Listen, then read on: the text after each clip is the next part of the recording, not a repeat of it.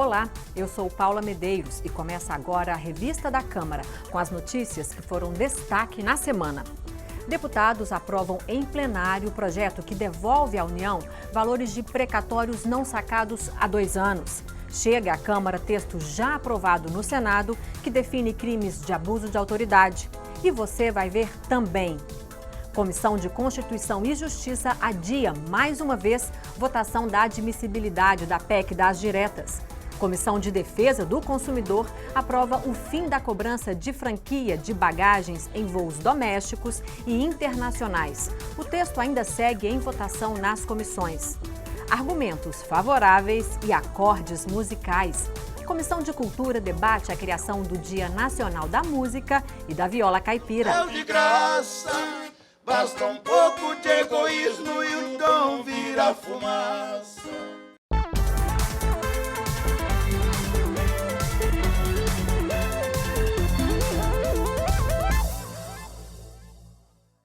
A proposta que prevê eleições diretas para presidente da República, caso o cargo fique vago até 6 meses antes do fim do mandato, era o único assunto na pauta da Comissão de Constituição e Justiça. Mas a base do governo obstruiu e a discussão foi adiada mais uma vez. A reunião exclusiva para discutir a constitucionalidade da PEC das diretas foi marcada pelo presidente da CCJ em acordo com a minoria, depois de vários adiamentos. Mas a base do governo esvaziou a reunião e usou requerimentos para evitar a leitura do relatório. Nós não vamos votar esse projeto. Eu não sou homem, presidente, de esconder esses requerimentos, são o chamado processo de obstrução. Não devemos tratar sobre questão de direta já, ou de direta antecipada, ou de antecipação de eleição. Eu também gosto de votar, mas eleição direta agora é querosene pura. Que oposição, faça um apelo, converse com seus líderes, deixa o debate para a eleição o ano que vem. Deixa nós fazermos o nosso trabalho. PSDB. Obstrução. PR. Obstrução, senhor presidente. A oposição protestou. É necessário chamar o povo de volta para dar a ele o timão da condução desse barco. As eleições diretas não são uma aventura inconstitucional. Ela é uma necessidade histórica. Nós queremos enfrentar a matéria. Nós fizemos um acordo com Vossa Excelência e Vossa Excelência cumpriu. Vossa Excelência pautou a PEC para o dia de hoje.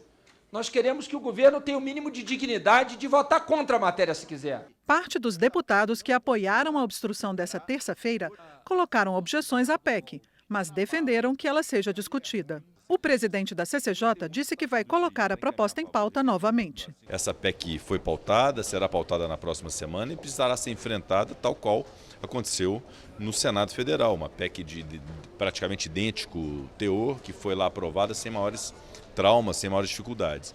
Na semana que passou, o PSDB, terceiro maior partido do Congresso Nacional, decidiu permanecer na base aliada do governo Temer. O líder do PSDB na Câmara, deputado Ricardo Trípoli, disse, no entanto, que o partido vai recorrer da decisão do Tribunal Superior Eleitoral de não cassar a chapa Dilma Temer. O PSDB avaliava um possível desembarque da base de apoio ao governo desde a divulgação das informações sobre as delações premiadas dos executivos do grupo JBS que envolvem o governo Temer. O deputado tucano, Marcos Pestana, disse ser favorável à permanência do partido na base do governo. É muito importante ter um senso grave de responsabilidade com a história do país, e isso que o PSDB, nós estamos com um processo forte de divergência de opiniões, mas a posição majoritária foi de manter, e com meu total apoio, o apoio ao governo de transição de Michel Temer. Não se troca de presidente da República como se troca de camisa. Nós estamos tratando da estabilidade democrática e é fundamental. A política, que deve ser uma ferramenta, um instrumento de mudança da vida, de melhoria da vida das pessoas, de transformação social, ela não pode ser um empecilho, e está sendo um empecilho. O país não pode parar em função de crise política. É preciso deixar as instituições investigar, julgar.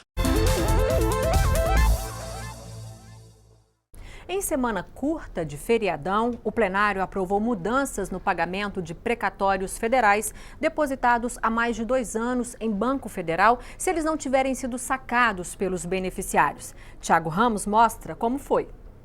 Os deputados aprovaram proposta enviada pelo governo que trata de precatórios, que são indenizações pagas por decisão de juízes. A proposta permite que o governo retome os valores se eles ficarem mais de 2 anos parados na conta, ou seja, sem serem sacados. Parte do dinheiro vai para a educação e outro percentual para atender crianças e adolescentes que vivem sob ameaça de violência.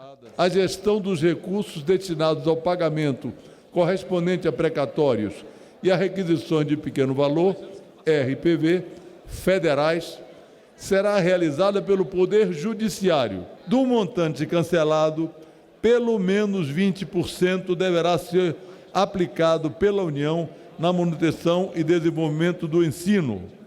Aí vem a proposta do PSOL. Até 5% será aplicado no Programa de Proteção a crianças e adolescentes ameaçada de morte. Na prática, o objetivo desse projeto de lei é fazer com que esse recurso volte ao Tesouro de forma a contribuir para reduzir o déficit orçamentário do governo, que está absolutamente fora de controle. Os deputados também aprovaram o texto de uma convenção internacional. O mercúrio é um metal muito perigoso para a saúde humana e para o meio ambiente. Ele é subproduto, por exemplo, da exploração do ouro.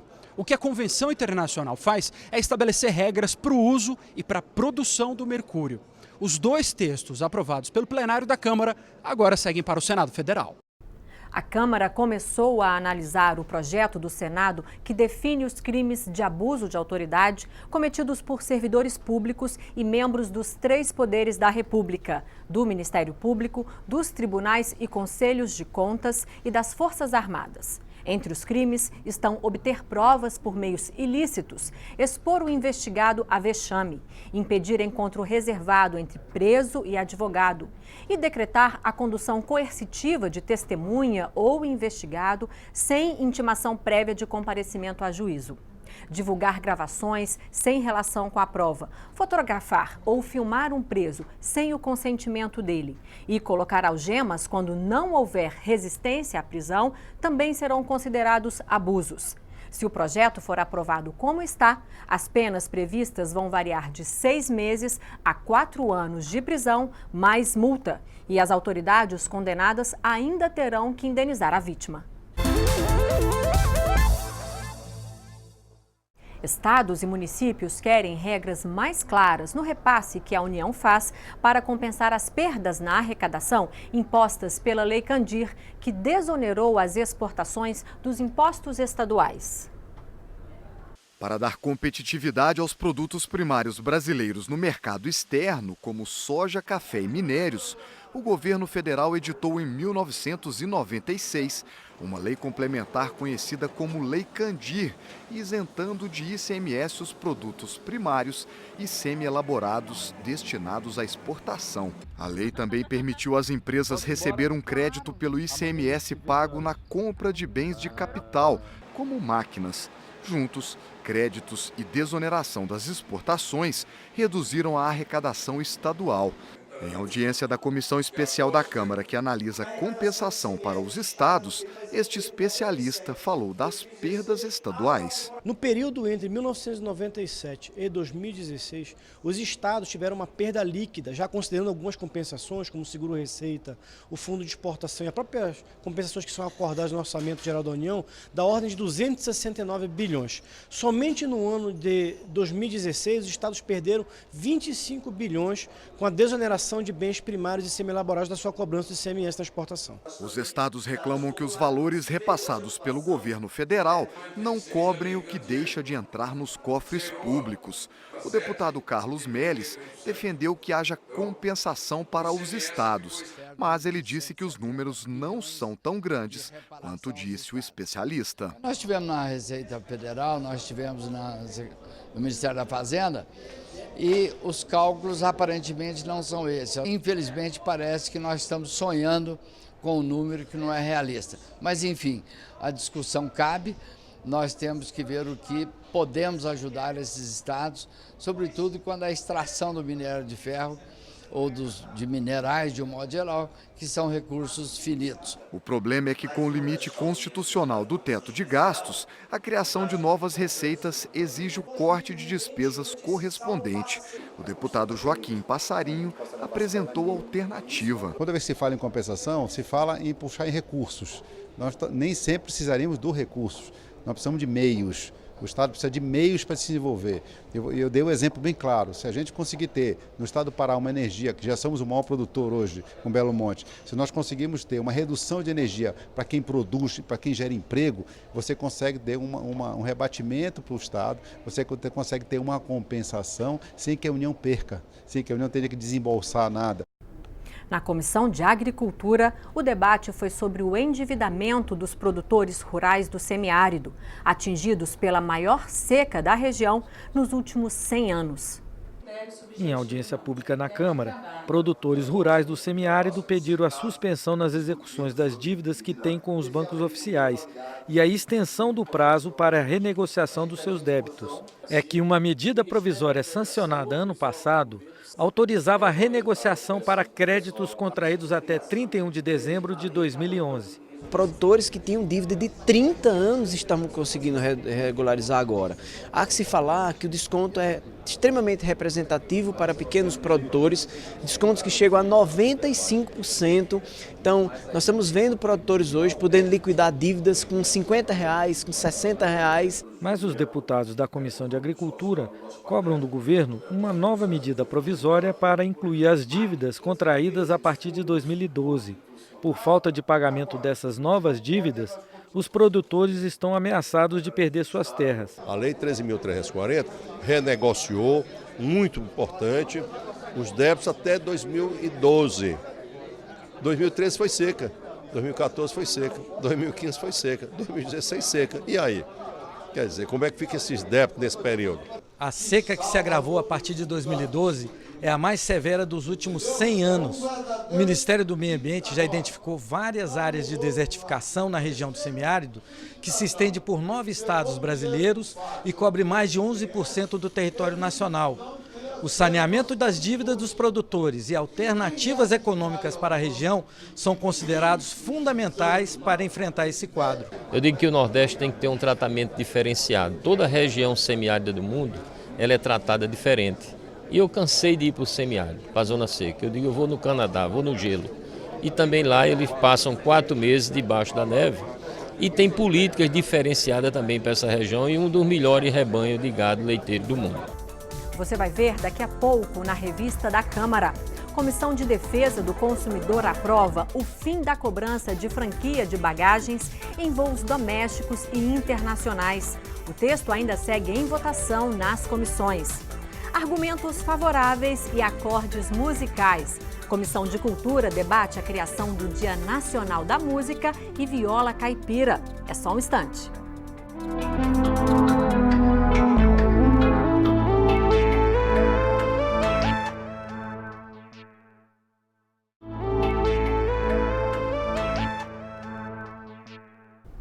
Na semana que passou, a Comissão de Cultura da Câmara discutiu as recentes mudanças feitas pelo Ministério da Cultura na Lei Rouanet.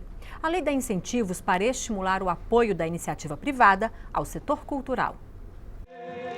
As medidas anunciadas pelo Ministério da Cultura buscam dar mais transparência e melhorar a fiscalização das iniciativas financiadas com incentivos fiscais da Lei Rouanet. A apresentação de projetos, por exemplo, vai ser realizada por um sistema interligado à Receita Federal e a movimentação dos recursos vai ser publicada no portal da Transparência. A nova instrução normativa ela oportuniza ao cidadão o acompanhamento dos projetos e da ação relativas até ao consumo por meio do portal da Transparência ou do portal da Lei Rouanet, no site do Ministério da Cultura. Então, isso aproxima o controle social e a participação. Os participantes da audiência na Comissão de Cultura debateram a democratização dos recursos, hoje muito concentrados em projetos das regiões Sul e Sudeste, em artistas já consagrados. Esses problemas foram questionados recentemente na CPI da Lei Rouanet. Os 15 maiores captadores da Lei Rouanet captam sozinhos 185 milhões de reais. Então isso já é uma desproporção para a maior parte dos proponentes que sequer conseguem captar. Também foi debatida a falta de repasse ao Fundo Nacional de Cultura de 3% do dinheiro arrecadado pelas loterias. Esses recursos deveriam ser destinados a iniciativas culturais. Tem uma questão aí crucial que é a aplicação dos 3% da loteria no Fundo Nacional da Cultura, que é fundamental para apoiar, financiar os artistas independentes, as pesquisas teatrais, por exemplo, né, toda a música, o campo independente das artes plásticas. Isso não está acontecendo e o governo precisa responder por quê. O Fundo Nacional de Cultura ele tem um papel de distribuir melhor os recursos, falar para os pequenos produtores, falar para projetos que tenham menor capacidade de reverberar sobre a marca das empresas, né? E o Fundo Nacional de Cultura cada vez tem tido cortes e contingenciamentos maiores, né?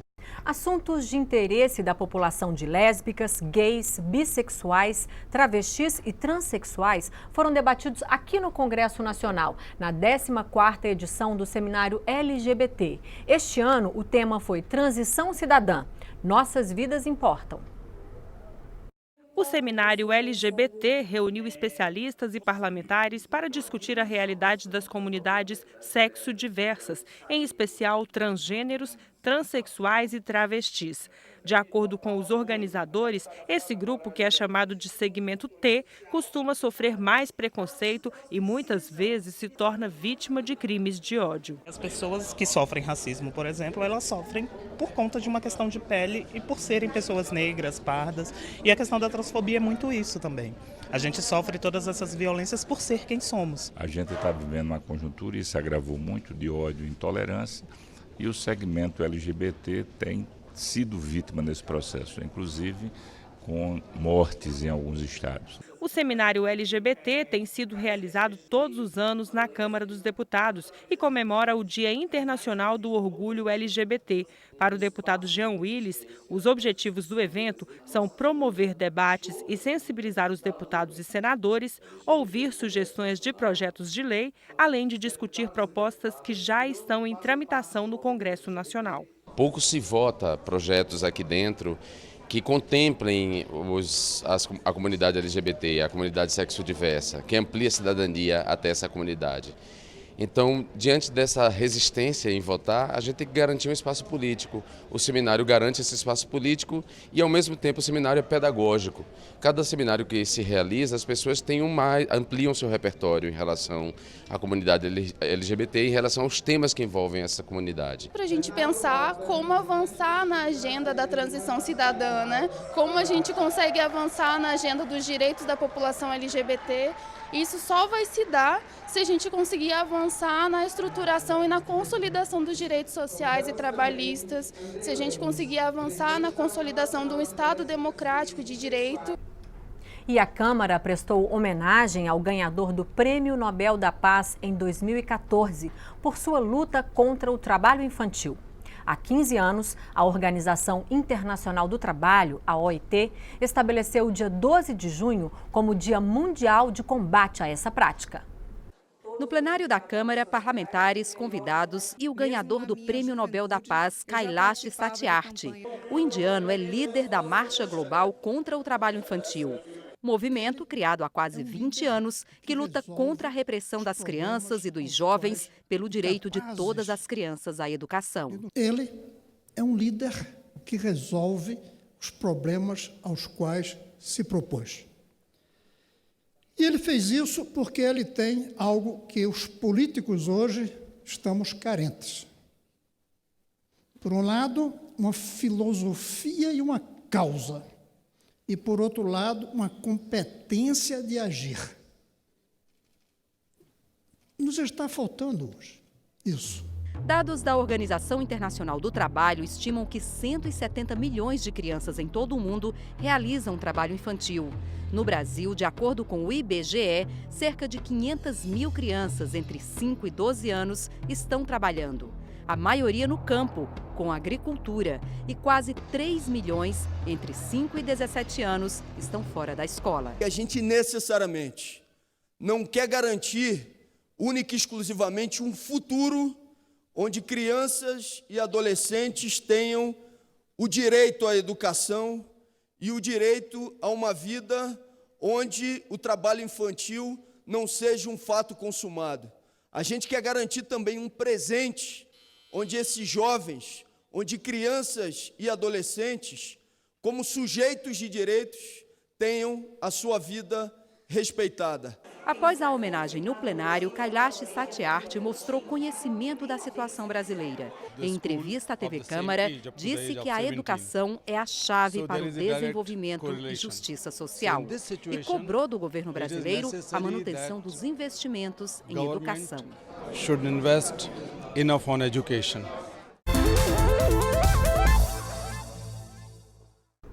Em semana de feriadão, a Comissão de Defesa do Consumidor aprovou um projeto que acaba com a cobrança de franquia de bagagens em voos domésticos e internacionais. O texto cancela a decisão da ANAC, a Agência Nacional de Aviação Civil, que permite às companhias aéreas cobrar por malas despachadas. Mas o projeto ainda precisa ser aprovado pelas comissões de Viação e Transporte, de Constituição e Justiça e pelo plenário. Sabemos que a Agência Nacional de Aviação Civil, a ANAC, ela tem os seus limites de fiscalização dados pela legislação. No entanto, nós entendemos que ela extrapolou esse seu limite e também faltou, dentro da sua justificativa, mais estudos técnicos que comprovassem que essa alteração da franquia iria melhorar para o consumidor. Na verdade, nós observamos que aquilo ali poderia ser apenas uma possibilidade da empresa estar fazendo uma sobrecobrança, cobrar pela venda da passagem, que é algo que você nunca compra a mesma passagem para o mesmo lugar com o mesmo valor, mas também está cobrando, além da passagem, a venda de bagagens. Vencemos somente a primeira etapa, que foi dentro da Comissão de Defesa do Consumidor. É preciso que a comunidade, é preciso que os consumidores, que a população brasileira fique atento, porque ela vai tramitar ainda na Comissão de Viação e Transporte, se não me falha a memória, e também na Comissão de Constituição e Justiça. Era preciso que fizéssemos uma pressão popular, bem como nós, deputados, estamos fazendo, pedindo ao presidente Rodrigo Maia que possa pautar em plenário para o quanto antes esse projeto ser votado. Desde quarta-feira, a Câmara dos Deputados participa do Campus Party Brasília 2017, evento tecnológico que reúne jovens em atividades que envolvem inovação, empreendedorismo, criatividade. Na programação, palestras, workshops, hackathons e o lançamento de desafios que podem render prêmios. No Campus Party Brasília, a Câmara apresentou 2 novos portais lançados na última terça-feira: Desafio e Dados Abertos.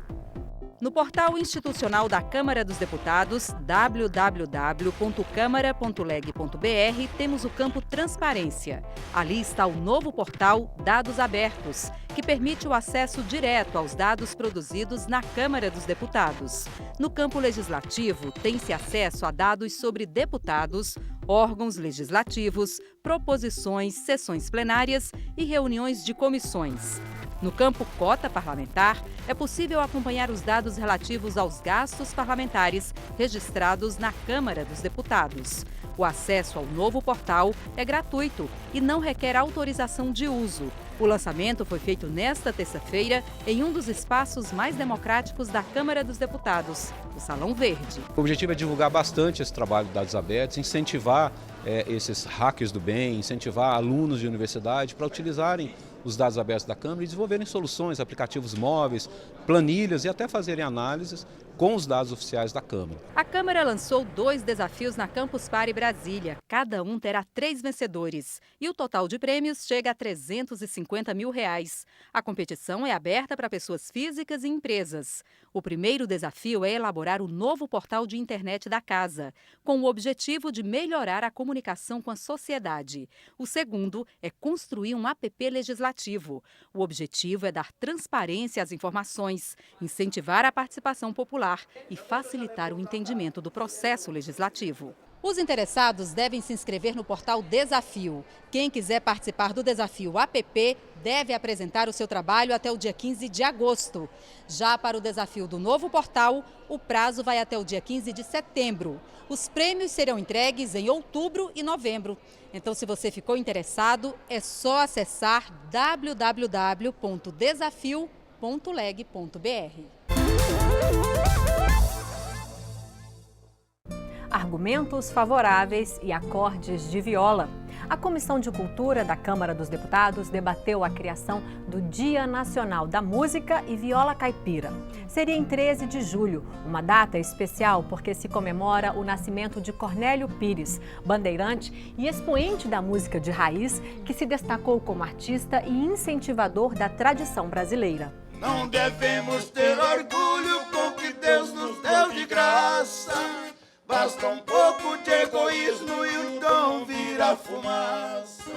Modas de viola se alternaram com falas breves dos defensores da proposta de criar o Dia da Música e da Viola Caipira. Nós temos muitas vezes algumas diferenças partidárias e ideológicas, mas quando se trata de uma união, nem o futebol une tanto como a viola caipira. Isso me remete lá ao meu Pernambuco, onde nós temos os violeiros que fazem o repente. Cresci ouvindo no rádio Motorola do meu avô, duplas sertanejas, né? No meio de tanto sentimento negativo, de tanto ódio, uma audiência pública, ouvir vocês provoca na gente amor, solidariedade, sentimento de brasilidade.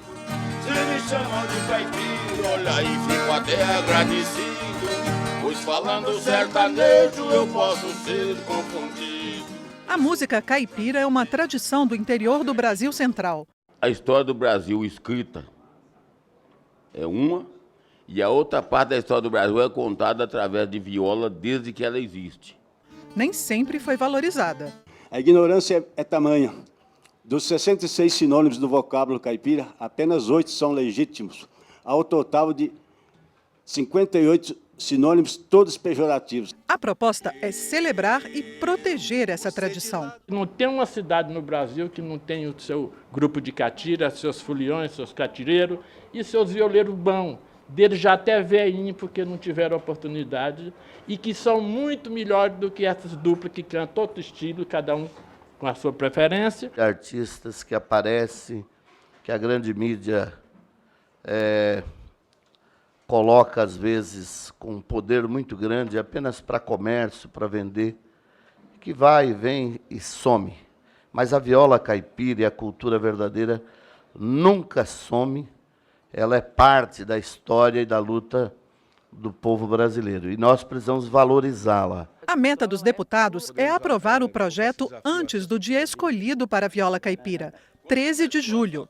A data é aniversário de Cornélio Pires, primeiro a gravar esse tipo de música no início do século XX. Hoje, a música e a viola caipira, ela representa muito mais do que uma área de entretenimento, mas é realmente uma cadeia produtiva muito forte. A construção de instrumentos hoje, viola caipira no Brasil, hoje é uma fábula, né, Roberto?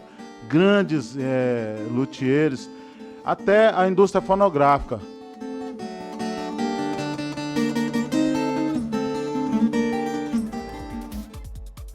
E é isso. Você pode rever a revista da Câmara na nossa programação e também pela internet. O endereço é noticias.câmara.leg.br. Obrigada pela companhia. Tchau!